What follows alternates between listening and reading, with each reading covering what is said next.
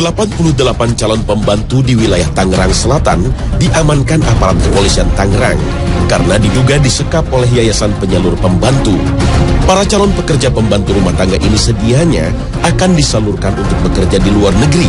Namun sayang, mereka justru berakhir di Tangerang.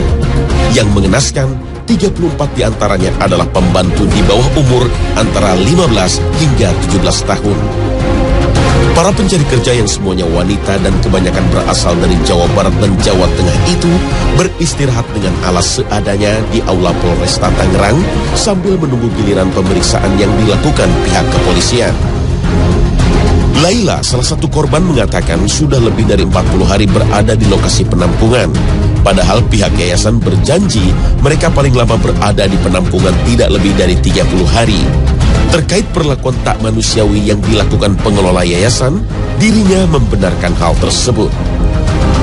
Kemarin sih habis berhenti pendidikan, 43 hari itu baru selesai pendidikan gitu. Katanya kan nggak ada 1 bulan tuh, ternyata sampai segitu lamanya gitu.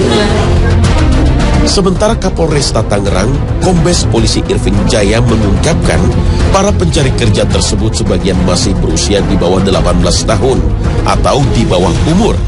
Namun demikian mereka telah terikat kontrak secara sukarela dengan pihak yayasan sehingga pihak kepolisian baru bisa menjerat tersangka dengan Undang-Undang Perlindungan Anak karena diduga mengeksploitasi anak di bawah umur. Kasusnya itu memang masalah mempekerjakan wanita di bawah umur, ya, dari 88 orang itu masih ada 34 orang yang di bawah umur 18 tahun. Pihak Polresta Tangerang sendiri telah mengamankan tersangka berinisial EW, pengelola yayasan, sejak Jumat malam dan menjerat tersangka dengan pasal 88 nomor 23 tahun 2002 Undang-Undang Perlindungan Anak. قل إنما حرم ربي الفواحش ما ظهر منها وما بطن والإثم والبغي بغير الحق وأن تشركوا به سلطانا وأن تقولوا على الله ما لا تعلمون. Islam mengajarkan umatnya untuk selalu menghormati siapapun, tak memandang status atau pangkat jabatannya, bahkan seorang budak sekalipun. Salah bila menganggap Islam melegalkan perbudakan. Sesungguhnya Islamlah yang mengangkat derajat budak dan memberikan kesetaraan perlakuan. Karena perbudakan adalah warisan budaya Romawi yang kemudian berkembang ke seluruh wilayah dunia seperti yang terjadi dalam sejarah Amerika yang memperbudak kaum kulit hitam asal Afrika. Islam datang untuk membebaskan perbudakan. Rasul sendiri selalu memperlakukan budaknya dengan adil dan bijaksana. Namun, sungguh amat disayangkan pada era modern di mana hak asasi manusia digaungkan dengan lantang, masih banyak yang memperlakukan pembantu dengan semena-mena. Bahkan, perbudakan yang kejam kerap ditemui. Apakah benar bahwa pembantu adalah sama dengan budak?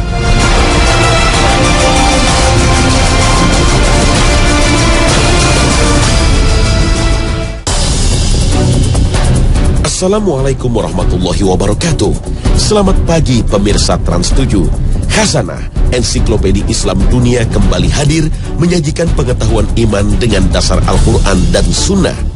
Hanya yang benar yang kami berikan dengan seizin Allah. Manusia memiliki derajat yang sama di depan Allah, tak peduli pangkat yang disandangnya, harta yang dimilikinya, ataupun kekuasaan yang digenggamnya. Ketakwaan adalah satu-satunya pembeda dalam kedekatan kita kepada Ilahi. Dari Abu Hurairah ia berkata, Rasulullah SAW bersabda, sesungguhnya Allah tidak melihat pada rupa dan harta kalian, namun yang Allah lihat adalah hati dan amalan kalian. Hadis riwayat Muslim. Tidak ada alasan bagi manusia untuk memperlakukan manusia lainnya dengan semena-mena, pembantunya sekalipun. Rasul dengan akhlak yang sempurna telah memberikan penuntun dalam memperlakukan pembantu. Sayyidina Anas radhiyallahu anhu menjadi pembantu Rasul ketika tiba di Madinah. Beliau mengaku begitu beruntung menjadi pembantu Rasul. Beliau berkata, Rasulullah Shallallahu Alaihi Wasallam adalah orang yang paling baik akhlaknya. Suatu hari sewaktu aku masih anak-anak, beliau menyuruhku untuk tugas tertentu. Aku bergumam, aku tidak mau berangkat. Sementara batinku meneriakkan untuk berangkat menunaikan perintah Nabi Allah. Aku pun berangkat, sehingga melewati gerombolan anak-anak yang sedang bermain di pasar. Aku pun bermain bersama mereka. Tiba-tiba, Rasul memegang tengkukku dari belakang. Aku lihat beliau dan beliau tertawa.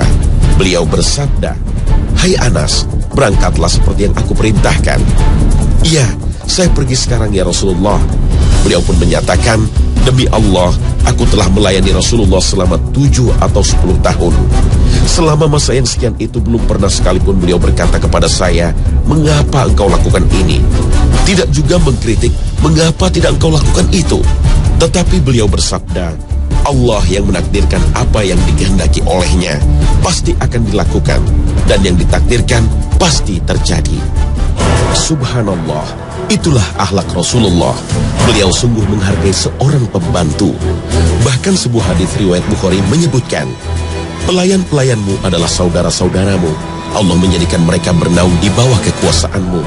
Barang siapa saudaranya yang berada di bawah naungan kekuasaannya, hendaklah mereka diberi makan serupa dengan yang dia makan, dan diberi pakaian serupa dengan yang dia pakai. Janganlah membebani mereka dengan pekerjaan yang tidak dapat mereka tunaikan. Jika kamu memaksakan suatu pekerjaan, hendaklah kamu ikut membantu mereka." Contoh yang diberikan Rasul dalam memperlakukan pembantu adalah teladan yang harus diikuti.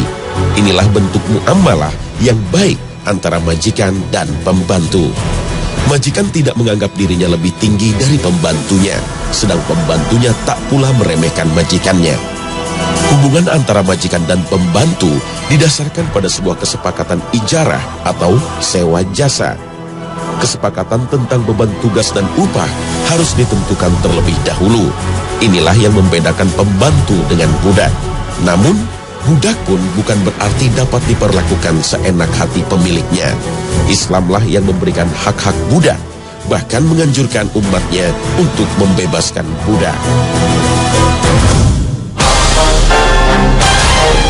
Sekilas tampak sama, namun sesungguhnya budak dan pembantu sangatlah jauh berbeda. Seluruh jiwa raga budak adalah milik majikannya.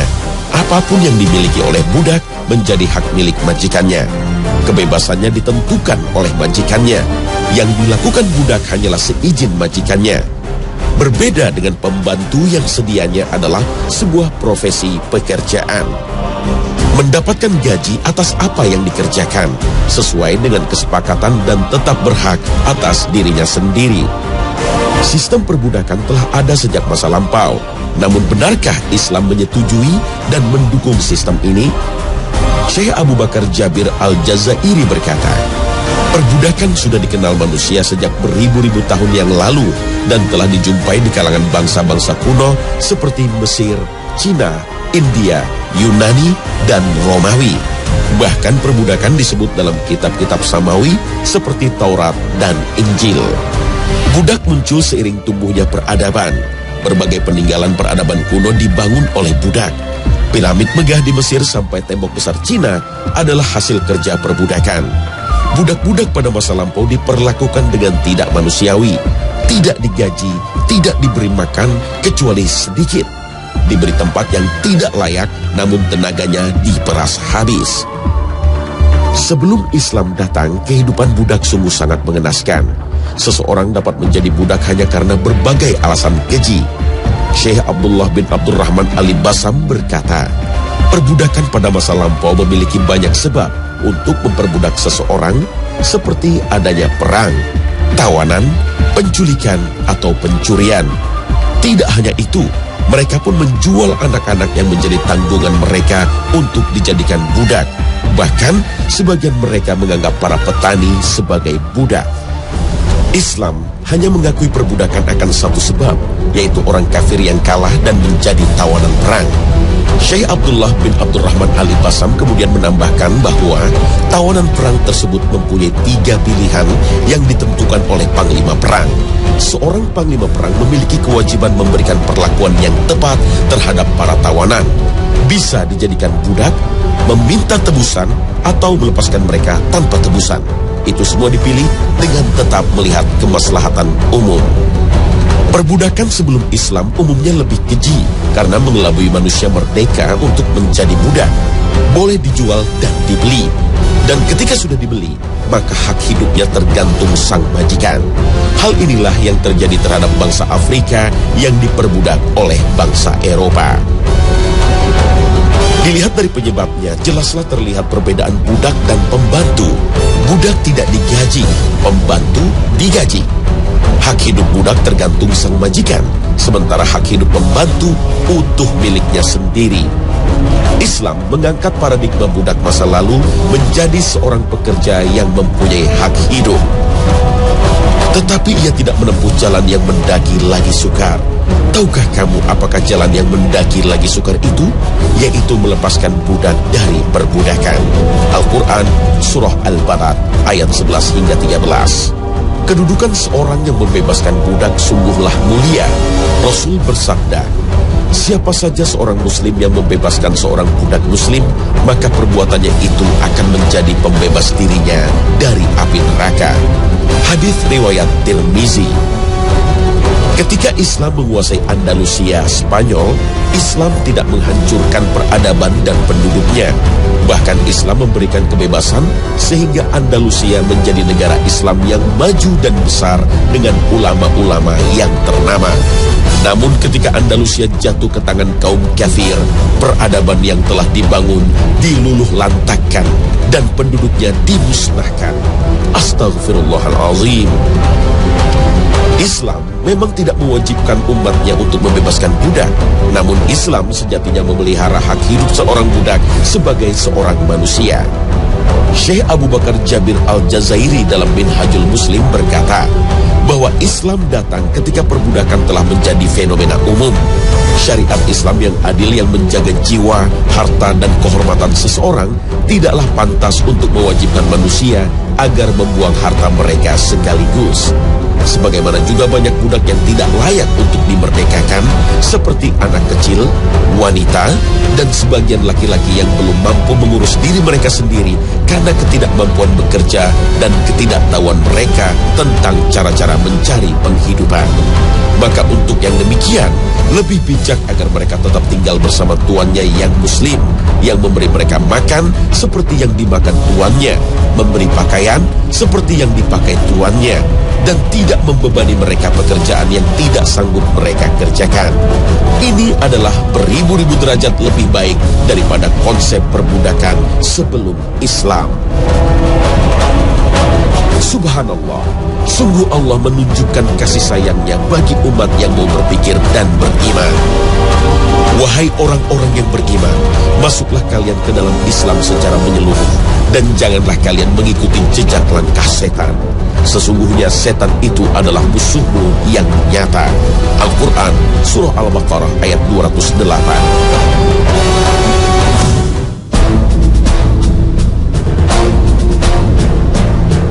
Janganlah seseorang kamu memanggil budak-budaknya dengan panggilan budakku. Hendaklah memanggilnya dengan sebutan pemudaku atau pemudiku. Rasul sangat memperhatikan kebutuhan pembantunya. Adalah Rabi'ah bin Ka'ab al-Aslami yang pernah menjadi pembantu Rasul. Rasul bertanya tentang keinginannya menikah. Rabi'ah pun menjawab bahwa ia belum hendak menikah karena belum mempunyai dana yang cukup untuk menanggung istri dan tidak ingin disibukkan oleh sesuatu yang menghalanginya melayani Rasul. Tidak berhenti sampai di situ. Rasul kembali bertanya dan jawaban yang sama diberikan Rabi'ah. Rabi'ah menambahkan bahwa Rasul lebih tahu tentang hal terbaik baginya di dunia dan di akhirat. Namun dalam hati, Rabi'ah berjanji akan berkata ya jika lain kali Rasul menanyakan hal yang sama. Dan ketika Rasul bertanya untuk ketiga kalinya, Rabi'ah berkata, ya Rasul, Perintahkanlah aku sesuai dengan yang Anda inginkan. Rasul pun memerintahkannya untuk mendatangi sebuah keluarga. Subhanallah, siapa yang tak ingin dipilihkan jodohnya oleh manusia paling disayang Allah. Seorang majikan juga berkewajiban untuk menjaga keimanan pembantunya. Ia wajib mengingatkan pembantunya untuk menunaikan kewajibannya kepada Allah. Rasul sendiri sangat menyayangi pembantunya, sehingga ketika pembantunya yang Yahudi yang sedang sakit keras dan sedang mendekati ajalnya, beliau mengajaknya untuk masuk Islam. Dan ia pun masuk Islam atas persetujuan ayahnya. Bukhari meriwayatkan bahwa ketika Nabi keluar dari rumahnya, beliau bersabda, "Segala puji bagi Zat yang telah menyelamatkannya dari neraka." Rasul benar-benar mencintai pembantunya dan membawanya ke dalam kebaikan iman dan Islam. Kewajiban majikan jugalah untuk membimbing dan memberikan pelajaran sehingga nantinya pembantunya dapat hidup mandiri. Hal ini seperti diajarkan oleh Sayyidina Umar bin Khattab. Beliau berkata, barang siapa memiliki jariyah, pembantu, maka hendaknya ia mengajarinya dan berbuat baik kepadanya. Mereka yang berbuat demikian akan mendapat 2 pahala. Pertama, pahala telah memberi pelajaran. Dan kedua, pahala karena memandirikannya. Memberikan upah atas pekerjaan yang telah dilakukan juga merupakan kewajiban majikan. Hadis riwayat Ibnu Majah menyebutkan, berikanlah upah bagi budakmu sebelum kering keringatnya. Rasul melaknat majikan yang menahan, bahkan tidak memberikan upah pembantunya. Allah berfirman, ada 3 golongan orang yang kelak pada hari kiamat akan menjadi musuhku. Barang siapa menjadi musuhku, maka aku memusuhinya. Pertama, seorang yang berjanji setia kepadaku lalu dia ingkar, berkhianat. Kedua, seorang yang menjual orang yang merdeka, bukan budak, lalu memakan uang harga penjualannya. Ketiga, seorang yang mengkaryakan, mempekerjakan seorang buruh, tapi setelah menyelesaikan pekerjaannya, orang tersebut tidak memberinya upah. Hadis riwayat Ibnu Majah. Seorang majikan juga harus memberikan pangan dan sandang, bukan hanya yang layak, namun seperti apa yang dipakai dan dimakannya. Hal ini seperti yang dicontohkan oleh Abu Dzar Al-Ghifari yang mengenakan sepotong baju jubah dan budaknya juga mengenakan baju yang serupa. Bagi seorang budak jaminan pangan dan sandangnya, dia tidak boleh dipaksa melakukan pekerjaan yang tidak mampu dilakukannya. Hadis riwayat Muslim. Berdosalah orang yang menahan pemberian pangan kepada orang yang menjadi tanggungannya. Hadis riwayat Muslim. Rasul melarang seorang majikan untuk memberikan beban tugas yang melebihi kemampuan pembantu. Jika memang terpaksa dilakukan, maka seyogyanya majikan pun ikut membantunya. Janganlah kalian membebani mereka, budak, dan jika kalian memberikan tugas kepada mereka, bantulah mereka. Hadis riwayat Bukhari. Ikut meringankan beban pembantu akan mendapatkan pahala sesuai dengan hadis riwayat Ibnu Hibban. Keringanan yang kamu berikan kepada budakmu, maka itu menjadi pahala di timbangan amalmu. Hadis riwayat Ibnu Hibban. Menjadi majikan bukan berarti kita bersikap sombong dan merendahkan pembantu. Bahkan sebaliknya, seorang majikan harus bersifat tawadhu yang berwibawa terhadap pembantunya. Hadis riwayat Bukhari menyebutkan, bukan orang yang sombong majikan yang makan bersama budaknya, mau mengendarai himar kendaraan kelas bawah di pasar, mau mengikat kambing dan memerah susunya.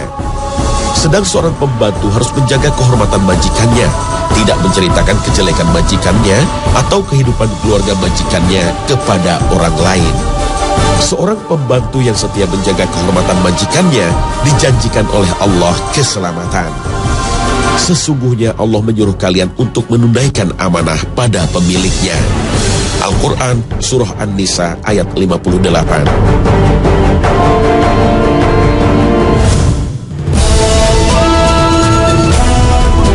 Sesungguhnya Allah menyuruh kamu berlaku adil dan berbuat kebajikan, memberi kepada kaum kerabat, dan Allah melarang dari perbuatan keji, kemungkaran, dan permusuhan. Dia memberi pengajaran kepadamu agar kamu dapat mengambil pelajaran. Al-Quran Surah 16 ayat 90. Islam mengajarkan untuk berlaku adil dan kasih sayang terhadap umatnya, tak terkecuali majikan kepada pembantunya. Namun saat ini masih banyak kasus-kasus penganiayaan terhadap pembantu, seperti kasus banyaknya tenaga kerja wanita yang dianiaya, tidak digaji, bahkan disekap. Dan yang lebih menyedihkan, kasus-kasus ini malah banyak dilakukan oleh majikan muslim. Astagfirullah, kemana akhlak dan pedoman yang dicontohkan oleh Rasul? Padahal Islam sangat mencela perbuatan menganiaya umat lainnya. Rasul sendiri tidak pernah memukul dengan tangannya sedikit pun, tidak kepada wanita, tidak pula kepada budak. Ketika Rasul mengetahui ada seorang sahabat yaitu Abu Mas'ud Al-Ansori yang memukul budaknya, Rasul mengingatkannya dari belakang. Ketahuilah wahai Abu Mas'ud, Allah lebih kuasa untuk menghukummu seperti itu daripada kemampuanmu untuk menghukumnya. Dan ketika Abu Mas'ud menoleh, ia pun terkejut karena Rasulullah yang menegurnya. Ketahuilah Abu Mas'ud, Allah mencatat segala tindakanmu atas pembantu ini. Seketika itu juga dia membebaskan budaknya. Andai engkau tidak melakukannya, niscaya neraka akan melahapmu. Hadis riwayat Muslim, Abu Daud, Tirmizi, dan yang lainnya. Jikapun seorang pembantu melakukan kesalahan, maka seorang majikan yang bijaksana akan memaafkan kesalahannya. Seorang pembantu yang melakukan kesalahan juga harus meminta maaf dan tidak mengulangi kesalahannya lagi. Imam Al-Baihaqi meriwayatkan bahwa suatu ketika seorang sahabat mengadu kepada Rasulullah tentang pembantunya. Ya Rasulullah, pembantu saya berbuat keburukan dan kezoliman. Dan Rasulullah menjawab, kamu harus memaafkannya setiap hari 70 kali. Seseorang dianggap besar dan berkuasa bukan dengan menzolimi bawahannya, namun dengan mengayomi dan menghargai bawahannya. Derajat seseorang dinilai dari bagaimana dia memperlakukan bawahannya.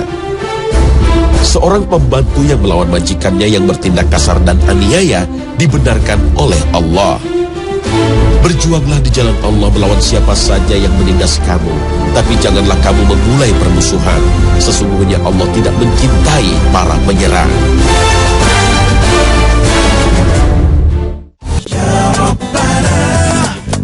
Rasul sebagai manusia berakhlak paling mulia saja menghargai pembantu dan budak-budaknya.